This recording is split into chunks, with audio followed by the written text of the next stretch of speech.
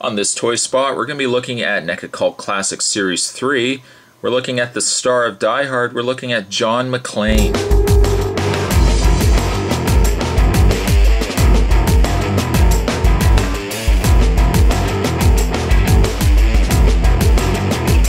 I've always been a huge fan of Die Hard.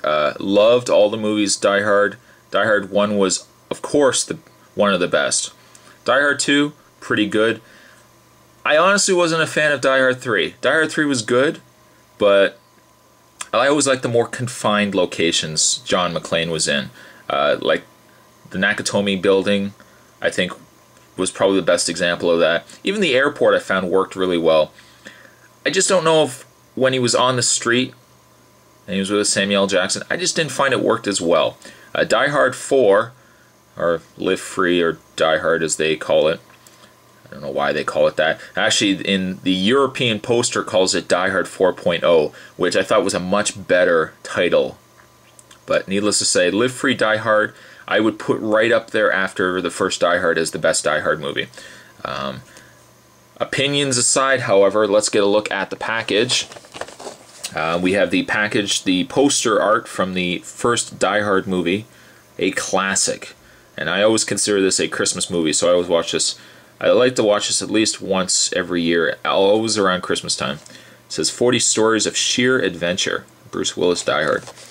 And down below we've got a picture of John McClane. Features MP5 submachine gun and rooftop base. On the back of the packaging, the read-up says New York City detective John McClane arrives in Los Angeles to reunite with his family for Christmas. McClane finds himself in the wrong place at the wrong time as his wife's office building is taken hostage by a ruthless group of terrorists. Armed with his service revolver and his street smarts, John McClane wages a one-man war against the terrorists. Attaboy, John.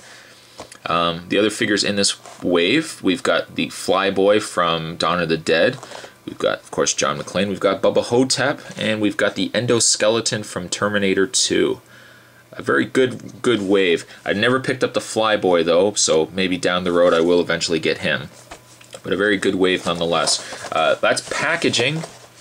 That's packaging done.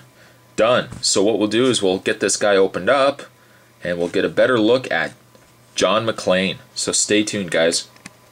Alright, John McClane is out of his package. Let's get a better look at the figure. The accessories that John comes with, of course, is his submachine gun. I believe it to be one of the ones he uses to climb down the shaft. A very nice detail. And I like the fact that this is a rubbery strap. It's not just a piece of plastic molded with the same gun. So, I mean, you get some movement out of it. You can certainly... I want to say, no, it doesn't look like you can detach it, but that's not necessarily a bad thing. But he comes with that. I put him on his display stand just because of the fact that he doesn't want to stand very well on his own. This figure is very disappointing in the sense of what you can do with it. But before we do that, we'll actually look at John McClane here. Detailing isn't too bad on him. It isn't too bad. The paint, I find the paint's very poor on this figure.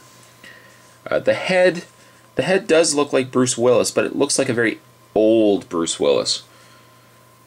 And I don't know if I would have made I don't know if I would have done the paint wash as much as they did on this figure, because especially they've really emphasized in the sculpt, like all the wrinkles and stuff. It actually makes him look older than he did in the movie. And the other downside to this figure is it has almost no articulation, none whatsoever. He has what looks to be a ball-jointed head, and he has a swivel arm, and that is it. That is all he has. Well, he has articulation in his feet as well. Poor John with his bare feet. Of all the terrorists to kill, he kills ones with feet smaller than his sister. But it's a nice figure, but it's definitely only a display figure. And the way that they've posed the way they've posed his arms, you only can use it with the submachine gun. I'll see if I can get it in for you guys. And probably like that. But I mean, that's all he's been molded to do. To leave the gun out just makes the figure look wrong. It just looks like it's missing something. The paint can be a little cleaner, I find. Like, I've got a big blob of flesh-colored paint on his shoulder, and it looks like it doesn't go with anything else on this body. So I don't know where that color came from, but it's a little bit on the top of his shoulders as well. Of course, he's got the arm hair there going on. It's a little almost too dark, I would say. It would have been nice if they had bloodied up his feet, especially by the time he's on the rooftop. I believe his feet are bloodied by then from the broken glass. The pants are textured nice. I find, though, the paint could be a little bit better than what it is. Speaking of rooftop, however, he does come with the diorama, a little, I guess, piece of the top of the Nakatomi building. And you can see there's bullet casings down there. He certainly relies on the, let me get this on right here, he certainly relies on the base quite a bit, just because he doesn't really want to stand on his own, and just the way he's sculpted. Again, you can find the hole in his foot. There we go.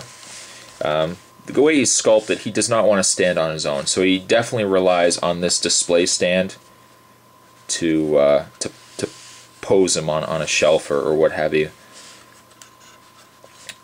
I would almost go as far as to say that the sculpt, and I don't think it is, but I would go as far as to say that the sculpt on the Bruce Willis head of the Sin City figure is almost better than the one here on the John McClane figure.